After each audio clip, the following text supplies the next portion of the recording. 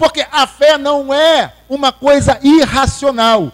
Ela não pode ser explicada, mas ela não é irracional.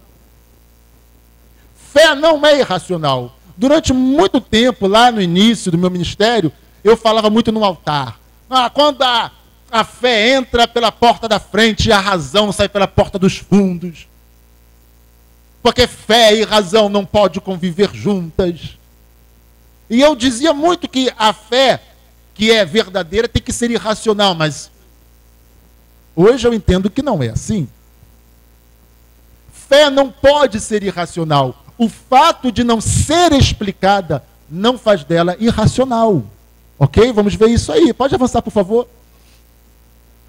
Contudo, a fé não é irracional. A racionalidade da fé, ela opera em nível espiritual. Você quer compreender a fé com a tua razão? Você não vai compreendê-la. Você quer usar razão, raciocínio, lógica humana para entender a fé? Você não vai conseguir.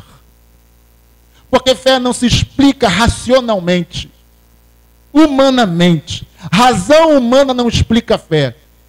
Porque a racionalidade da fé está no nível espiritual. E só no nível espiritual nós podemos compreender a fé. Você vai dizer para alguém que você crê. E a pessoa fala, mas como assim? Me explica aí, por que você crê? E você não vai saber explicar. Vai saber explicar? Não vai saber explicar. E você vai querer convencer a pessoa sobre a fé que você tem. E você não vai conseguir explicar. Mas por que você crê que isso vai acontecer? Por que você crê do milagre? Por que você crê que a tua vida vai ser mudada? Por que você crê que o teu familiar vai ser liberto? Como é que você pode crer? E você não vai saber explicar para a pessoa. Você sabe que esse negócio existe, que está dentro de você, mas você não consegue explicar. É assim ou não é? É ou não é assim? É assim. É o tal do negócio que para você é real, é vivo, é certo, certeza das coisas que se esperam, prova daquilo que não se vê. Então é muito real para você, é muito concreto, é muito substancial para você. Mas na hora de você querer falar para alguém ou convencê-la, você não consegue. Porque a compreensão, ela veio em um nível espiritual para você. Às vezes alguém ouve todas as explicações possíveis sobre Jesus. E a pessoa endurece o coração. Um determinado dia ela ouve uma música, um louvor. E ela se derrama, ela se rasga, ela se entrega, ela se rende e fala, eu quero Jesus. E você gastou todo o teu latim, grego, hebraico, português, inglês. E a pessoa não se quebrou, não se aquebrantou, não compreendeu, não entendeu, não racionalizou. E um determinado dia, pum, e você vai ver, pronto, está convertido. Amém, amém? Porque a fé, além de tudo, é um dom de Deus. Às vezes nós queremos explicar para a pessoa toda a nossa fé, e agora eu não falo de uma fé objetiva, eu não falo de uma fé para ser curado, eu não falo de uma fé para prosperar, eu digo agora da nossa fé essencial, não é? Que é o nosso caminho de fé. Não é? Cremos em Jesus como Senhor e Salvador, não é? Que pela graça somos salvos, não é? Que nós vamos viver a eternidade com Ele, que Ele nos libertou, não é? Do poder do pecado, enfim, não é? A base da nossa fé cristã. E às vezes você vai querer explicar isso para a pessoa, todo o plano de salvação, e a pessoa não vai entender nada. Mas aí um determinado dia, pum, como Saulo, a caminho de Damasco, e ele vê aquele resplendor da glória de Jesus, que fazia com que o sol tornasse uma luz fraca, que fazia com que o sol tornasse uma luz de vela, diante de tanto resplendor da glória de Deus, ele cai. Pronto, sua vida é transformada. Amém ou não amém? Dádiva de Deus. Você sabe porque Paulo foi tão incansável na obra de Deus, como ele vai dizer para mim, o viver é Cristo e morrer é lucro. Se viver, vivo Cristo. Se morrer, para mim vai ser muito melhor. E ele fala, tudo aquilo que para mim era ganho, tudo aquilo que para mim era vantagem, tudo aquilo que para mim era valioso, eu tornei como lixo, como refúgio, como nada. Eu abri mão de tudo isso para poder ver se eu alcanço Cristo. E ele anula a sua própria vida. Amém ou amém? Por quê? Um dia a graça o alcançou. Então Paulo entende, o apóstolo Paulo entende, que ele foi o mais favorecido, o mais agraciado dos homens, o mais privilegiado dos homens. Logo ele, que perseguiu Cristo, que perseguiu a igreja, que consentiu na morte dos cristãos. Ele agora é agraciado, ele entende que foi bondade de Deus conceder a ele conhecer a Cristo, aquele a quem ele perseguia. Quem entendeu, diga amém. E ele vai dizer, quando eu fui ter com vocês, eu não fui com sublimidade de palavras, eu não fui de maneira persuasiva, convincente, eu não fui com palavreado convincente, levando vocês a um convencimento como os gregos fazem. Eu não fui como os gregos que vão tentando convencer com discurso. Que fugiu aqui agora, quem estiver assistindo vai falar, fugiu realmente aqui o nome que se dá dos gregos, que ficam lá nos seus argumentos e contra-argumentos, argumentos e contra-argumentos, esqueci o nome.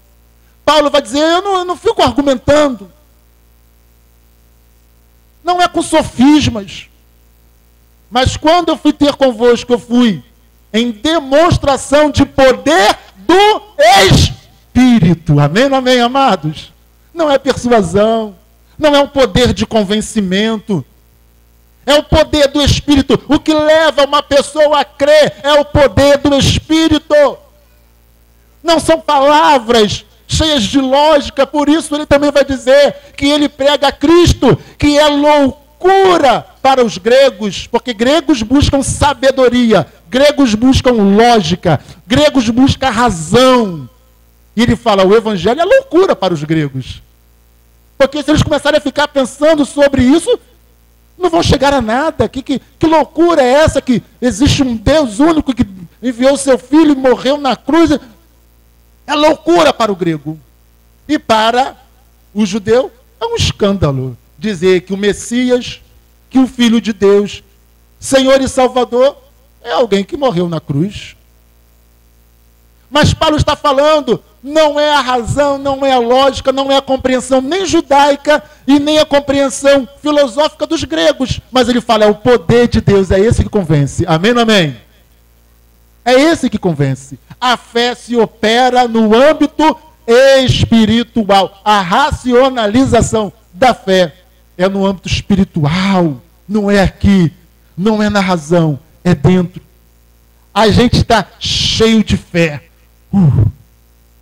E as pessoas não conseguem compreender a nossa fé. Nem a gente consegue compreender como os homens do passado eram tão dispostos a entregar-se ao martírio, mas não negavam a Cristo. Hoje, se todos nós formos sinceros conosco, quando você começar a pensar, você hoje, tendo que escolher entre negar a Cristo ou viver, você pensando que eu vou ter que deixar esse mundo, todos os prazeres dele, que você nunca mais vai poder entrar em Instagram, Facebook, etc, em TikTok, mas não sei o quê. Que você vai ter que deixar seu filho órfão. Que é simples assim, de um dia para o outro você vai deixar de existir, porque ou você nega Cristo ou você morre. Nega? Não nego. Pronto, morreu. A nossa tendência é falar, Senhor, o Senhor sabe que... Peraí, Senhor, eu vou negar aqui, mas é de brincadeirinha, para eu poder continuar fazendo a tua obra e ganhar almas. Se eu morrer, quem vai ganhar almas no meu lugar? E nós somos assim, nós buscamos argumentos. Então, se fôssemos sinceros, quem de nós estaria preparado para isso? Mas porque tantos, milhares no passado, foram mortos por causa do Evangelho. Entregaram suas vidas, mas não negaram a Cristo. Amém, amém, amados? Mas cada mártir morto foi uma semente de vida. Cada mártir morto fez com que pessoas entregassem sua vida ao Senhor. Testemunho de que vale a pena servir ao Senhor e de que não vale viver se não for servindo ao Senhor. Então, você quer que eu negue a Jesus? Não existe vida sem Jesus. Então, você me dá opções que não existem. Você fala que se eu negar a Cristo, eu vivo. Você está errado, porque não tem como viver negando Cristo. Negar a Cristo é morte.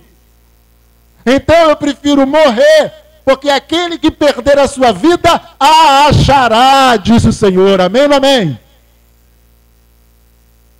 Isso se opera aqui dentro de nós. Não é aqui na razão, é no Espírito. Diga aleluia! Pode avançar.